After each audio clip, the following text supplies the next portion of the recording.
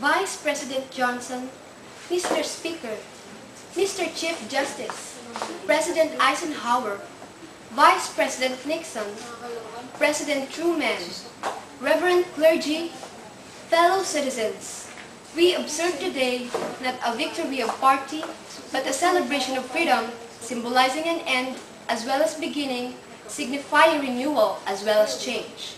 For I have sworn before you and Almighty God, the same solemn oath our forebears prescribed nearly a century and 3/4 ago.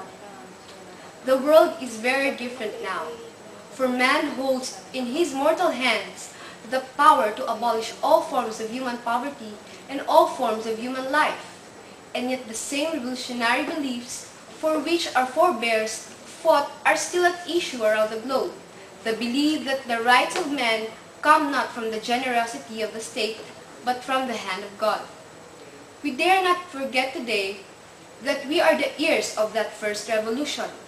Let the word go forth from this time and place to find and foe alike that the torch has been passed to a new generation of Americans born in this century, tempered by war, disciplined by a heart and bitter peace, proud of our ancient heritage and unwilling to witness or permit the slow undoing of those human rights to which this nation has always been committed and to which we are committed today at home and around the world.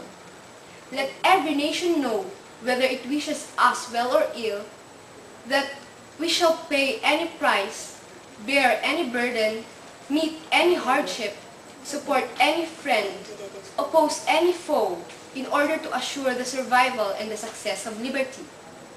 This much we pledge and more. To those old allies whose cultural and spiritual origins we share, we pledge the loyalty of faithful friends. United, there is little we cannot do in a host of cooperative ventures.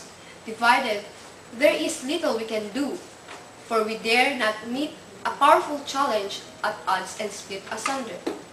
To those new states whom we welcome to the ranks of the free, we pledge a word that one form of colonial control shall not have passed away merely to be replaced by a far more iron tyranny. We shall not always expect to find them supporting our view, but we shall always hope to find them strongly supporting their own freedom and to remember that in the past, those who foolishly sought power by riding the back of their tiger ended up inside.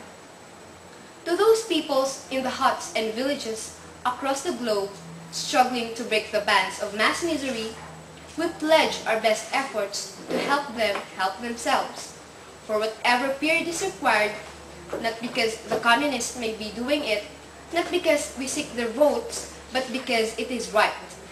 If a free society cannot help the many who are poor, it cannot save the few who are rich.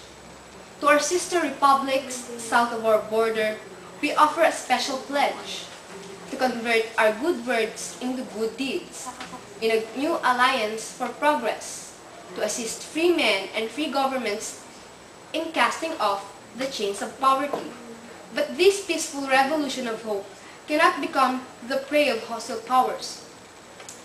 Let all our neighbors know that we shall join with them to oppose aggression or subversion anywhere in the Americas.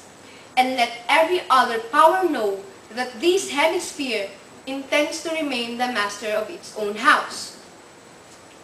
To that World Assembly of Sovereign States, the United Nations, our last best hope in an age where the instruments of war have far outpaced the instruments of peace, we renew our pledge of support to prevent it from becoming merely a forum for invective, to strengthen its shield of the anew and the weak, and to enlarge the area in which its writ may run.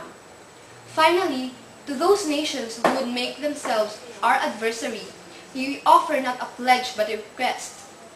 But both sides begin anew the quest for peace before the dark powers of destruction unleashed by science engulf all humanity in planned or accidental self-destruction.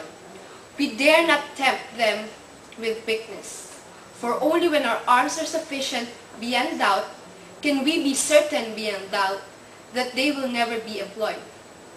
But never can two great and powerful groups of nations take comfort from our present course, both sides overburdened by the cost of modern weapons, both rightly alarmed by the steady spread of the deadly atom, yet both racing to alter that uncertain balance of terror that stays the hand of mankind's final war. So let us begin anew, remembering both sides that civility is not a sign of weakness, and sincerity is always subject to proof. Let us never negotiate out of fear, but let us never fear to negotiate. Let both sides explore what problems unite us, instead of belaboring those problems which divide us.